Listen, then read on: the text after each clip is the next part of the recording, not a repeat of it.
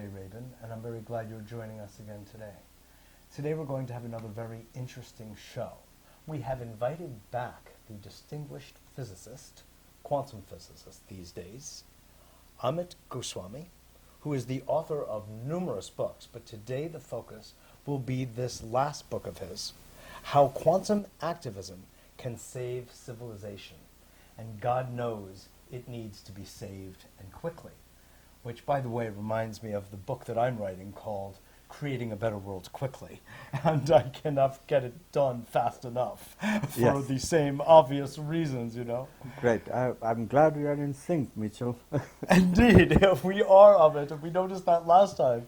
We had Amit, for those of you who watch with any regularity, on the show exactly a year ago. And we're going to pick up on that thread. So stay tuned for discussing two of really my favorite subjects. One, quantum physics and its interface with our understanding of the larger cosmological picture, i.e. God, and activism, i.e. how do we take the gift of our birth, of our human existence, and channel it in a way so that it is in service to the larger good and the larger whole. And these are subjects that Amit discusses in this book rather eloquently, and we'll have a chance to kind of go over that in today's show. So I'm so glad to have you. Me too. Namaste, as we say in Chinese. Namaste. Very good.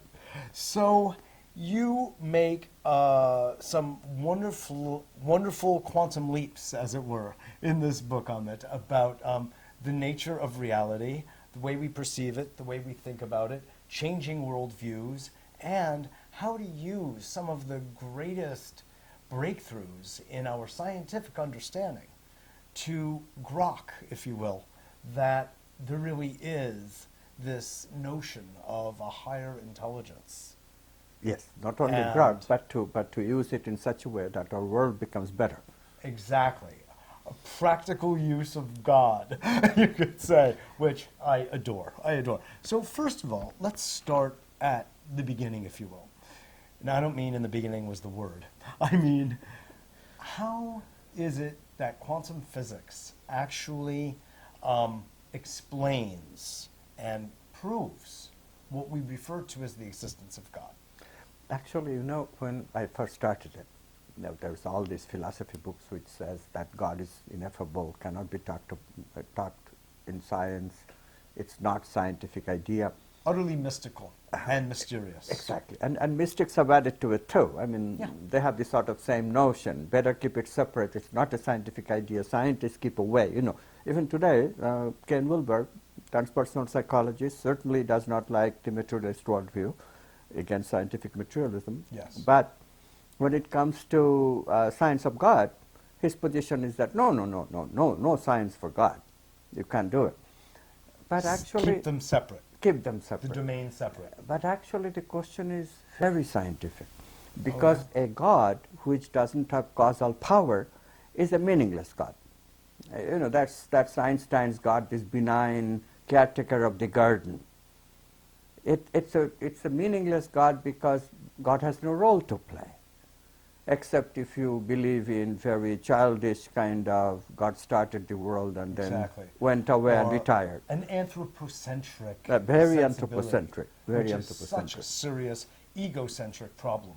So then it's a very simple question. Is there any other causal source in the world than material interactions? Material interactions are upward causation because elementary particles produce everything else.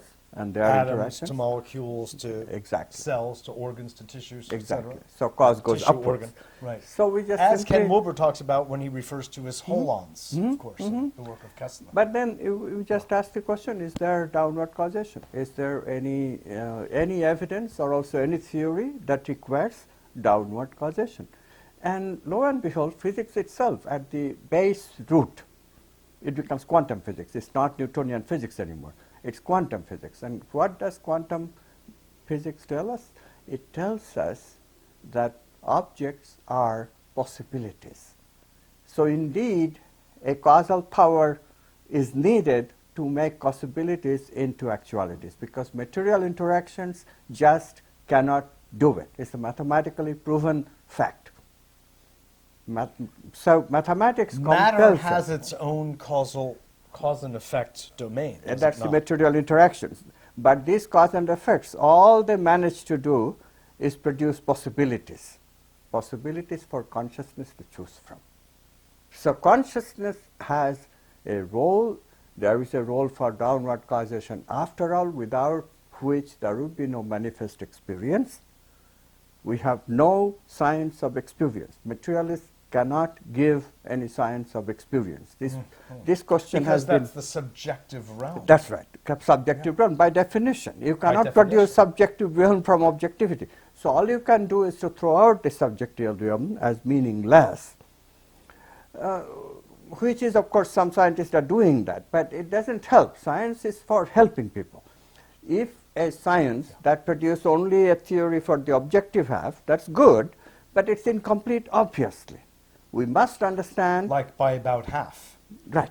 And also, if the subjectivity has causal efficacy, then it cannot be ignored. And so now we are seeing, quantum physics is forcing us to see that not only is the subject part relevant, but also there is causal efficacy in the subject part. There is causal power. Consciousness causally chooses out of the possibilities, the actual events of the world. So, in a sense, consciousness manifests the manifest world. That's right. So what we have as one of the experiments done long ago, perhaps one of the first in this domain, was the observation that awareness, i.e. attention, to an atom changed its behavior from particle to wave. That's right. That's right. That immediately shows the causal relationship and the inherent integral relationship. By the way, can I correct your... Yes. The words should be wave to a particle. We measure, wave becomes a particle. Oh, yes, please, thank you. Okay, got it. So Wave becomes a particle, okay. So wave of possibility, particle of actuality. Now, could intent change that? Yes, it actually, intention is how it begins, this process. So we intend, and if our intention then resonates with the intention of non-local consciousness, this concept has to be understood. Non-local means a connected, interconnectedness. Yes, indeed. That goes beyond our individuality. So we have to connect with that deeper level of ourselves. If our intention resonates with that deeper level, then our intentions really create the work. Right. Create, Exactly. absolutely. Now, one of the points you make well at the beginning of the book has to do with this notion of God as ineffable and outside the time-space continuum. And therein, that's where we get the quantum notion, scientific notion, of downward causation. Is that correct? Yes. Could you speak about that a little bit? Yes, it is very important to understand that the olden day people And were that outside of the time-space, by the way, is what we refer to as the basis of non-locality. Yes, and also we refer to as such exalted notions as heaven. Yes. So this interconnected... Or maybe even God Almighty.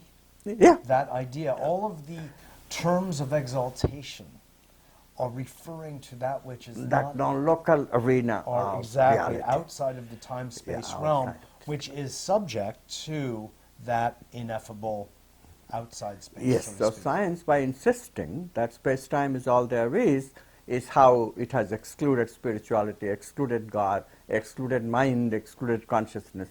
And now we find that to limit nature, just saying that nature is space and time is to throw away all of this, but quantum physics refuses to do that. If you did that, there would be no actuality, says quantum physics, because everything is possibility. You have to have two domains. Possibilities reside in a transcendent domain outside of space and time. When consciousness chooses, we get actuality in an immanent domain of space and time. Yes. Okay, you have to have these two levels of reality. And yet, it's not a duality. It's not either. a duality. Could you it's speak not to that? a 'Cause that's a very dualism. important point. It's a duality, perhaps, because we experience it as a duality, but it's not a dualism, because because there is no separate interaction between a world of consciousness and world of matter. World of matter is included in the world of consciousness. Consciousness is the ground of being in which matter exists as possibility. So matter can exist as possibility, mind can exist as possibility, vital energies can exist as possibility. When you actualize vital energies, we feel. When you actualize mind, we think. When you actualize physical, we sense. And we can even postulate that there is an intuitive level, archetypal level of the world, the highest level. If we actualize that, we intuit. Yes. This is why intuition is so fleeting. It's so difficult. It's almost, you could almost say, the interface between these two domains.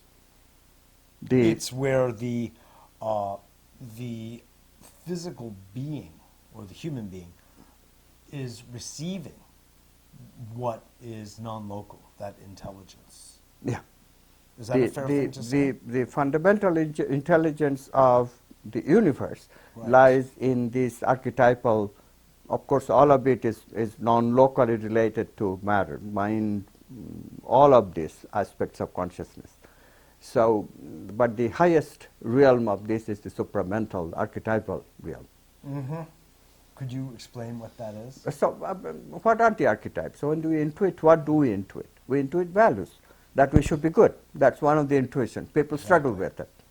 You know, we have brain circuits, no question. Evolutionarily, we have been given these instincts. And let's face it, materialists are not wrong. I mean, scientific data is scientific data. Yes. Scientific theories explain scientific data. Sometimes they explain the present data, they cannot explain other data. So we can say that the theories are limited, but we can never say that the theories are wrong. Right, they're not. I would put it this way: they're not incorrect. They are a subset They're a of subset. a much larger picture Yeah. that is described in quantum mechanics. Right, they're a subset. Beautifully spoken. So what we are saying is that in that subset, the way biologists portray us, that we are competitive, we are just trying to survive, that just is a limited picture of ourselves. So yes, you're saying that science, as we've known it, materialist, Newtonian physics, is essentially incomplete in itself. It has all of the intelligence that we know that it has. So it's not wrong, it's just, as you said, incomplete, Right. and a smaller part of the larger universal picture. Right. And the other thing to understand is that there already are disparate ways that the new science have entered our life. For example, in medicine, alternative medicine is already there, and it's useful. People go to an acupuncturist, Definitely. they find usefulness. They are healed, at least temporarily, but whereas allopathy can do anything for people who are helped by acupuncture or Ayurveda or homeopathy. So the utility of part of this alternative science technology is without question established. What is not established is that we cannot possibly have a disparate alternative something here and regular something, conventional something there. There got to be an integrating principle. So quantum physics and this notion of primacy of consciousness, or God, if you will, downward causation, this is giving us the integrating thread. And your experience of science, of physics, biology, every science, the science that integrates always becomes the winner, always gets the nod. Yes, exactly, exactly. So you're raising a few interesting things. One is that I'm reminded, Amit, of a friend of mine who is a Ukrainian-born engineer and physicist who attends engineering and physicist conferences around the world and presents papers. And he developed a slide rule many years ago that proves, he said to me in our first conversation, the existence of God. I said, but with a slide rule? He said, absolutely, because I can prove the absolute from which the relative. Very interesting. He said all of his colleagues go to these conferences and they just don't use the G word. But they all know what they're talking about. They're just using camouflaged techno language to describe the phenomenon. It's interesting. So what you're really saying is that beyond any shadow of a doubt, according to scientific verification, objective, impartial, that that notion we refer to as God, which is the all-embracing, ineffable intelligence that essentially created the universe on the macro scale as well as the micro, is completely certain.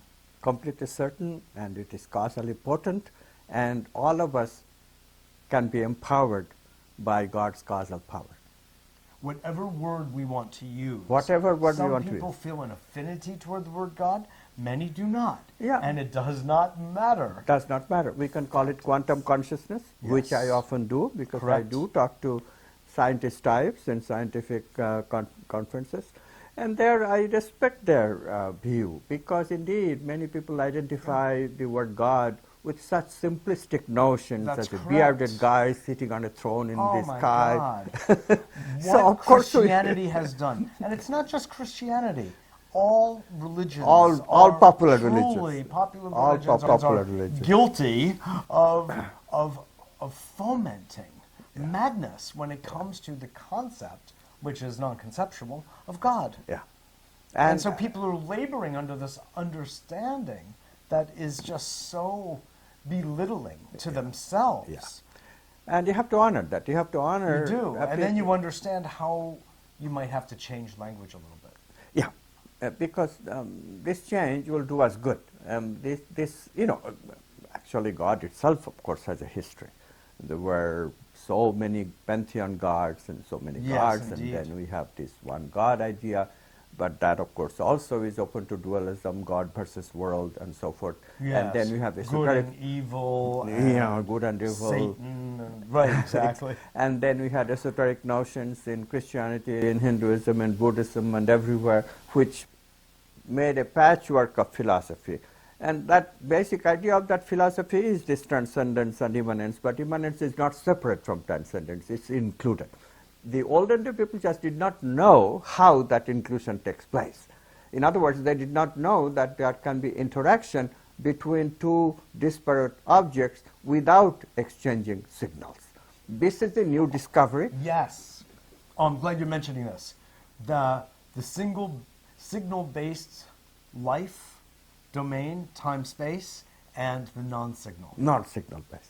Please, This is a explicate. crucial. This is a crucial discovery and so easy to verify. Right? Yes. If there is a non-signal based communication that is possible between us and things, And this is essentially the definition of non-locality. non-locality, Right. then we have done it. Then we have shown not only proven the existence of God, but we have proven it with unique signature, because material interactions can never occur without signals. So material interactions can never simulate non-locality. You see the enormity of this. This is non-locality is God's unique signature. If there is non-local interactions between people and things, then there is God. What is an example of that? What? Simple telepathy. Quantum healing, that's another one. All of a sudden, healing takes place. Prayer, effect of prayer on healing. You're reminding me that the reason I went to college, I went to Bard, and I went there to study parapsychology in order to prove the existence of God through telepathy. See? I was 18, Uh-huh. but that's what I said. I said, I want to prove that there is truly only one mind. Yeah. And there really is. And it is, the proof, the fact that it is proof was not clear in the mind of parapsychologists for a long time. And many parapsychologists still believe that someday there will be a new discovery in materialist science where people will find a fifth force, where there will be an exchange of some very subtle particles, and it will be included in materialism. But the point is that, there are not only this what we call telepathy or non-locality across space. There is also non-locality across time, precognition. Yes, There is also this other kind of phenomena, clairvoyance. clairvoyance. There is also phenomena like near-death experiences have been suggested. Exactly. People have died and still have seen. This is Totally. really this so just blows your cool. mind, right? Exactly. Because a person has died. That's what the indicators are telling, and this The person material indicators. material indicators, But the and this non-material indicators are, are the descriptions that the person gives after he is revived. I have And seen what the does he light. say? Right. Not only I have seen the light, but they actually describe things that only the doctors and nurses could know who are operating. Yes. How could a person see details of an operation which is so personal, so specific to that particular operation? So this kind of thing just shakes you up and shows that non-locality is not due to material interactions. It just cannot be. Synchronicity. Synchronicity is another example. Synchronicity is another one, Absolutely. exactly. Absolutely. So, really interesting. Okay. Now, even though I have a zillion more questions in this domain that I want to ask you, I'm going to fast forward a little bit after you define what you call spirituality. Okay, so what is spirituality? Then we'll move into activism Yes. and the issues, the problems we're facing as a globe. Spirituality begins when we ask this question. So there is now the faith. There is now scientific evidence for the faith in God and downward causation. And then what should I do about it? When we ask the question, what should I do about this extra dimension of the world that is now open to me? We have the power of downward causation. We really have freedom to choose. And then we can freedom to choose God and spirituality. In other words, using this power, doing the job of what God wants us to do, the evolution of consciousness. Or we can stay in the material domain, which of course is our conditioned domain of activity. Conditioned response. We do get conditioning. Mm-hmm. That the new science is also saying. New science agrees and proves that indeed you can be creative or you can be conditioned. So it really is a choice.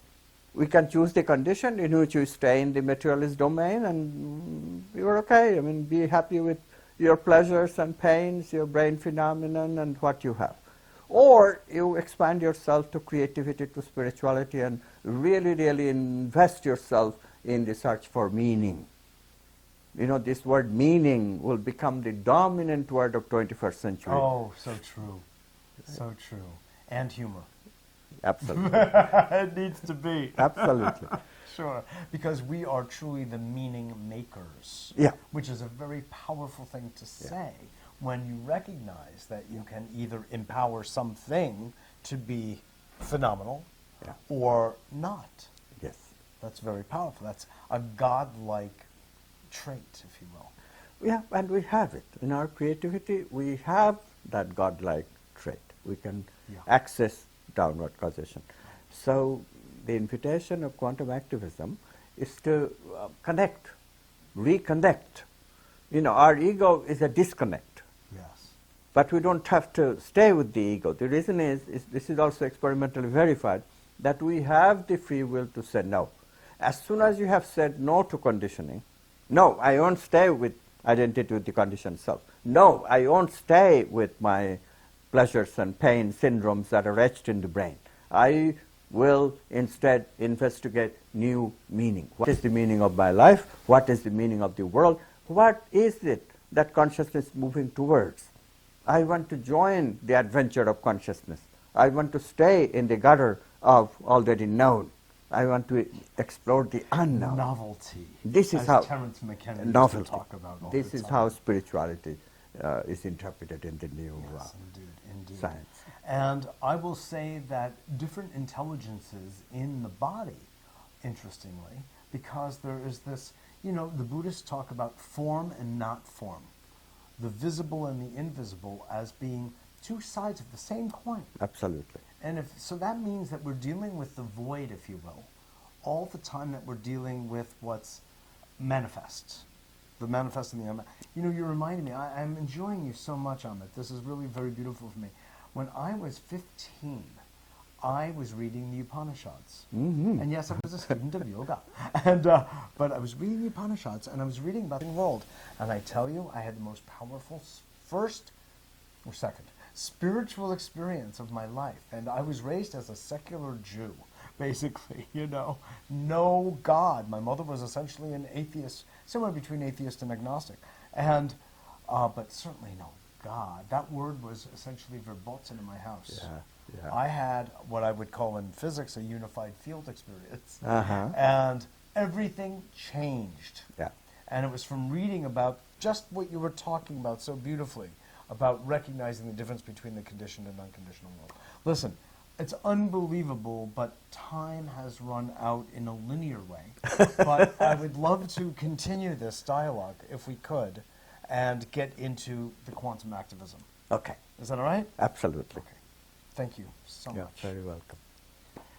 We've been speaking with Dr. Amit Goswami, who is the author of this book and many others. He was on the great film, What the Bleep Do We Know? He's world-renowned for his work and his teachings and his teaching people how to think in a quantum way. So thanks so much for joining us. This is Mitchell J. Rabin for A Better World, and stay tuned for the next show with Amit. I think you will enjoy it. Thanks for joining us.